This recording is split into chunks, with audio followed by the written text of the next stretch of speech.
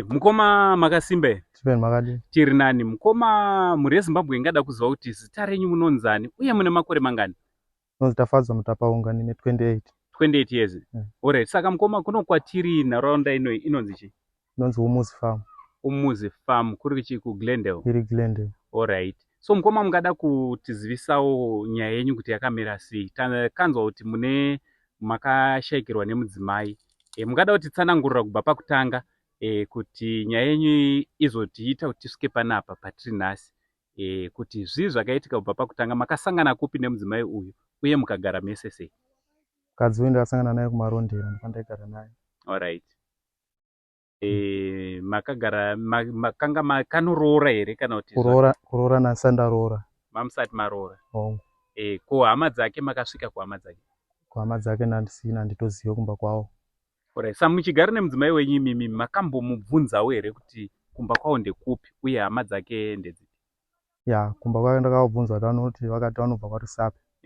But handisati asvika nachangoti denda wanawo tumari. Ndaizoita sei? Ndaizoenda kuti ndizikanwe ikoko. Alright. Saka imi pamukugara kwamaita nemudzimai wenyu, iye haana kumbotaurawo here zvekudzokera kumba kwavo? Haana. Saka imi pamakasangana kwamakasangana kumarondera aigara nani? Aigara ega. Aigara ega. Alright, achishanda kana kuti? Aishanda. Alright, aishanda kupi? Aishanda pamarondera ipapo purazi inonzi kuMukuyu Winery. PaMukuyu Winery. Alright. Iye aiti akabva kupi panguva yaiuya ipapo? KwaRusape. KwaRusape kunova kumba kwavo? Ndokumba kwawo. Alright, saka kumba kwavo aiti kunani? Kumba kwawo aiti hakuchisina hama. Tongoti kwakasara hanzvadzi 1. Saka hanzvadzi 1 yacho ndiyo haisi kuzikanwa kwairi. Alright, makambozama kuitsvaga here muri mese? Tiri tese hatina. Saka maziva sei kuti haasi kuzikanwa kwaari? Kuti tizozviziva takataura nasawira wawo musha akawiga amai vavo. Ndovataitaura nawo. Saka vakandovaiti pamusha uripo but wanguva matongo hapana aripo. Saka imimi hamuna kuita shungu dzekuenda nekuti pamusha kwavo kwakanga kusina munhu? Alright, so kwana sekuru ndisekuru kurutivi rwababa kana kuti rwamai? Waripo kwana mai. Iye hanzvadzi dzamai. Ndokwavakakurira. Alright. Saka imimi mukoma muri mese nemudzimai, hamuna kumboendawo here kana kwana sekuru ikoko kuti munozivana naana sekuru? Hatina. Samai vaiti mudzimai wenyu aiti baba vake kumusha kwako kwaiva kupi? Baba vomudzimai wangu ndokuMozambique. Alright. Savaiti hakuna dzimwe here hama dzababa vavo dzavaiziva? Hakuna. Baba vavo vaingova vega munonzi? Aripo hanzi abamunini vanotorwarawo nepfungwa vanopenga. Vanorwara nepfungwa? Sokuti havatozikanwi futi? Alright, ngatiendei pakuti mudzimai wenyu mushure mekunge arwara. Hani mati mudzimai wenyu akarwara? Mushure mekunge arwara, maona kuti mudzimai arwara, chii chaiitika mazuva iwawo? Ende hamuna here kumboda kutrai kutsvaga kuti muwane help, kunyange kutsvaga hama dzemudzimai wenyu kurutivi rwamai? Ndaizama kutsvaga but ndaishayika. Ndakatombomira zvairamba. So zvadaro mudzimai wenyu akazoshayika rini? Akazoshayika chiri chitatu. Kuma 4 ndakuda kutochinja kuti ndiende kubasa. Alright. Airwara here kana? Airwara. Panguva yachona iyoyo? Alright. Saka ashayika ndeapi matanho amakatora kuzosvika mamuviga? Matanho andikatora kanawo pakutsvaga hama zvakafamba sei? Makamuviga sei? Makamuviga muri mega here? Makabatsirwa nevamwe? Ndakabatsirwa nevanhu vatogarisanawo navo vaindibatsirawo. Kureva kuti makatomuviga pasina hama dzake? Nokuti kana hama dzake dzinogona dzisingatoziva kuti akashayika? Alright. Kosawira vaivai makavazivisa? Sawira kumusha kuti takawiga. Pavakashayika? Pavakashayika takavazivisa kuti munhu weye ashaya but kuti tizovaudza kuti takazowiga hatina. Alright, saka ivo vakati chisawira. Sawira hapana zvavakataura. Alright, mataura mukati mimi makasara muine mwana. Mwana akura sei? Mwana ane 2 years 4 months. Alright, saka ndimi munochengeta mwana. Alright, saka muri kuzvigona sei mukoma pakuchengeta mwana? Izvozvi zvikutondiomera kuti ndimuchengete because munhu wemusikana, kune ndichida kuenda kubasa. Saka pane ndichida kuenda kubasa handina wandinokwanisa kumusiira usiku. Saka chikumbiro chenyu ndechekuti kudii kune vamwe vanhu vakakuteererai vanogona kuda kubatsirana?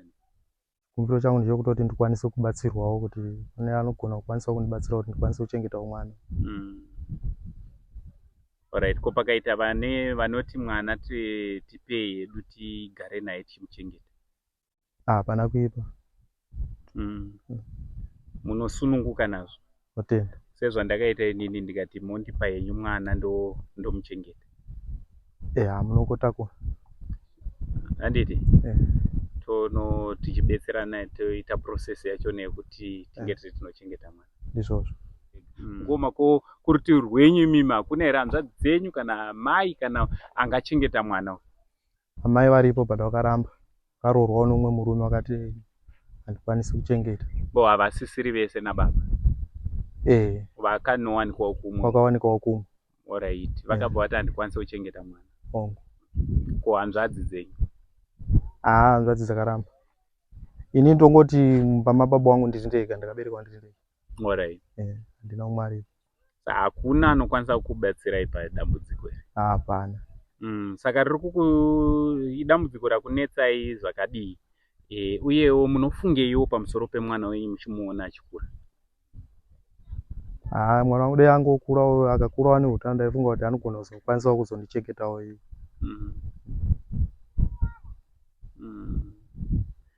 Alright, muri yeZimbabwe ndofunga muri kungozvinzwira nyaya yatiri kutaura panapa namukoma tafadzwa avo vane mwana sikana wari kuti zvandiremera, handashayiwa kuti ndotangira papi. So dambudziko kana richinge rawira umwe wedu, idambudziko ratotiwira tese semhuri yeZimbabwe. Kune vanenge vachida kutibatsira kuti tinge tiri tinotora mwana wamukoma tafadzwa tigara naye zviri pamurawo pamapepa. Aiwa, inini sasekuru venyu, sekuru vevanhu, ndazvipira mushure mekunge ndanzwa nyaya iyi ikandibata, ndazvipira kuti tinge tiri tinotora mwana wamukoma tafadzwa tonogara nayewo kumba kwangu, choitawo chicheche chedu. So to everyone who would want to support me, who would want to support mukoma tafadzwa and to support us as Saint TV, kuti mwana uyu ange ari anowanawo kukura zvakanaka, kuwanawo kuchengetedzwa zvakanaka, makasununguka kutibata panhamba dziri pascreen, tobva tabatsirana kuti mwana wedu ange ane ramangwana rakajeka. So mwana pari zvino haapo, handiti? So mwana tichazouya timutora nababa vake, tichauya timutora kana mati muchamira nesu, kana mati muchauya momira nesu, mwana ave wedu tese. Tichauya toita the whole process, legal process yekuti titore mwana tichinogara naye tichimuchengeta achiwana zvakakwana. Mukanzwa hama yatochema kudai ichiti mwana handiremera, musavape mhosva nekuti upenyu hwakaoma, uyezve musanyanyoignora kuti hangaone zvekuita nemwana, ari kutaura pachena kuti zvamuremera. So kana zvamuremera, isusu sehama tinofanira kumirawo naye, tobva tabatana, tobva tachengeta mwana wedu okura. Mangwana hazvizikanwa, pamwe ndo first lady vamangwana vatiinawo ivavo, kana kuti ichiremba, kana kuti igweta, kana kuti minister vatakutotora panapa. Hatizozive mangwana zvinoita Mwari, tinomuka tichifara nemwana wedu.